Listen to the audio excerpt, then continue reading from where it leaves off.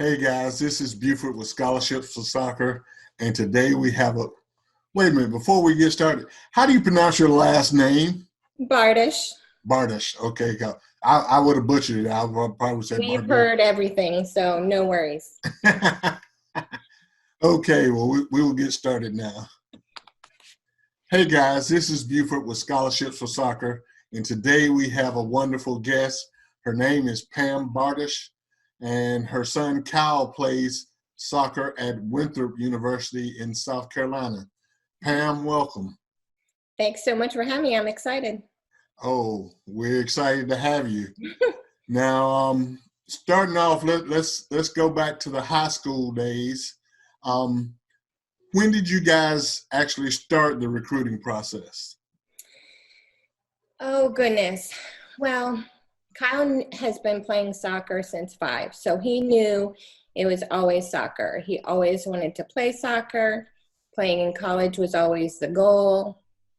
Um, he did some market trainings when he was younger. Then really we started thinking about it more once he got to high school. We lived in North Carolina and not too far from UNC Charlotte, and he loved UNC Charlotte. And so from high school, he knew that was the goal. That was like the school for him, where he wanted to go. So he would always go to the summer camps, the winter ID camps. He did go to other ID camps around the area, but he was mostly centering on UNC Charlotte, hoping that he could go there. Okay, so obviously he went to a different school. He went to Winthrop University. Yeah. How did that play out? Was the coach at UNC Charlotte not really interested in him, or did he just decide to venture off to go to other areas? It was hard for him because he had to admit to himself that he was not up to the caliber of the UNC Charlotte players. He always said he was going to play D1 no matter what.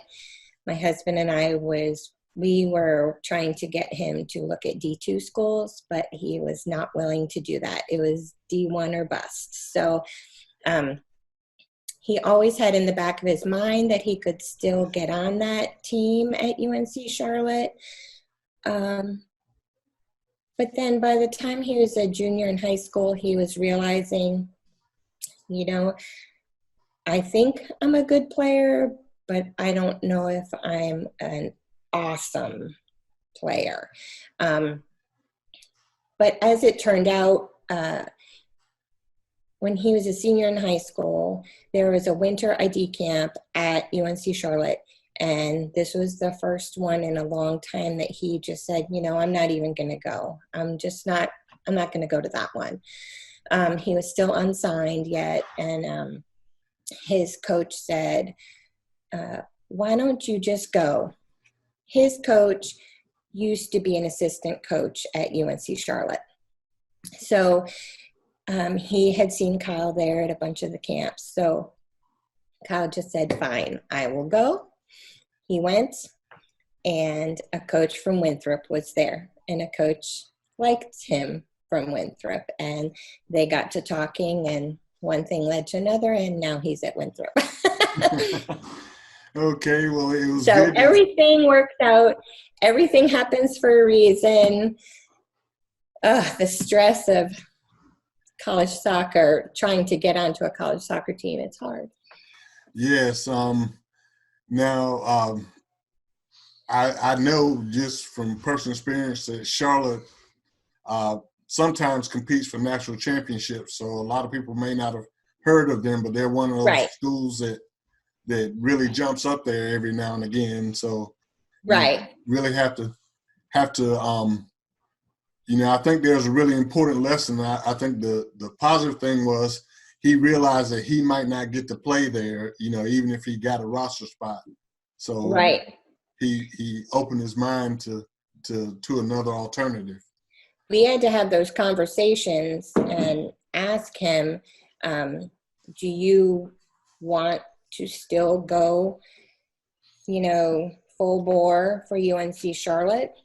And if you get a roster spot, realize that you may not play, and you may not play for a bunch of years. And or do you want to go to a school where you're going to get play time? What is more important to you? So he had to do some soul searching on that one. But then he was on a DA team for his senior year, and there were a string of games in a row there that he didn't play.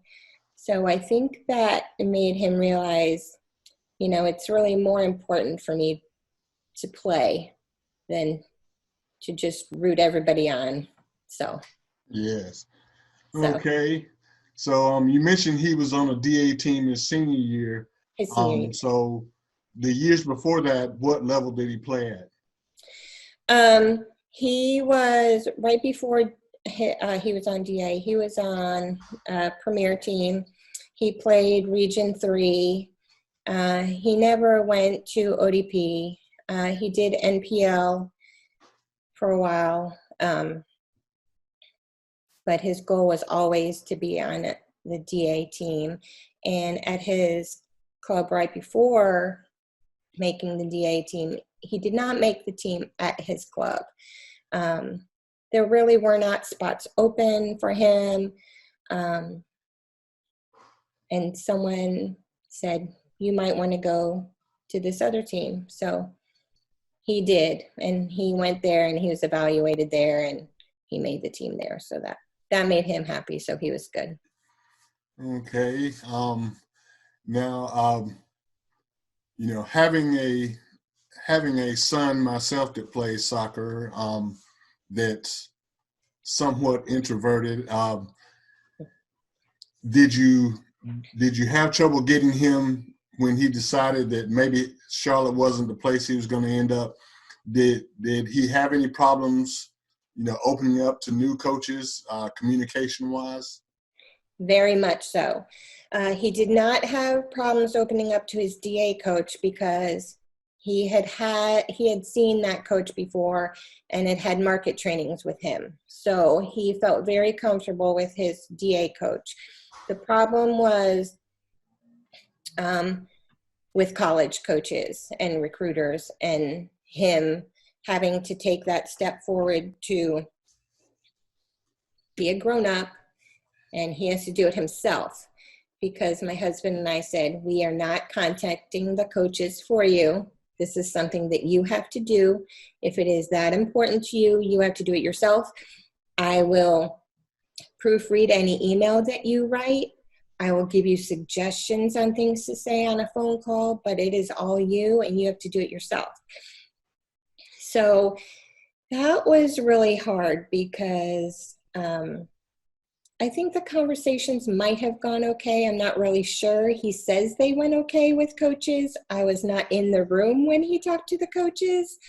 But I'm sure that he's not as talkative as other players. He's more introverted and, as he says, chill. So,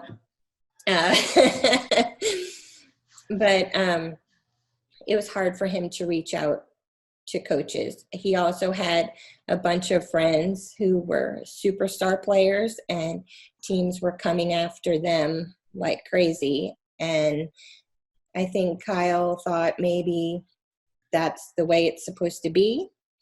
And my husband and I would say the majority of the players have to work their tail off and really send emails, make phone calls, go to certain ID camps, be at certain places where that coach might be or a recruiter might be, but it's a lot of work. So by the time he realized that, other people had already gotten offers. So he was a little bit behind everyone else, but he got the job done.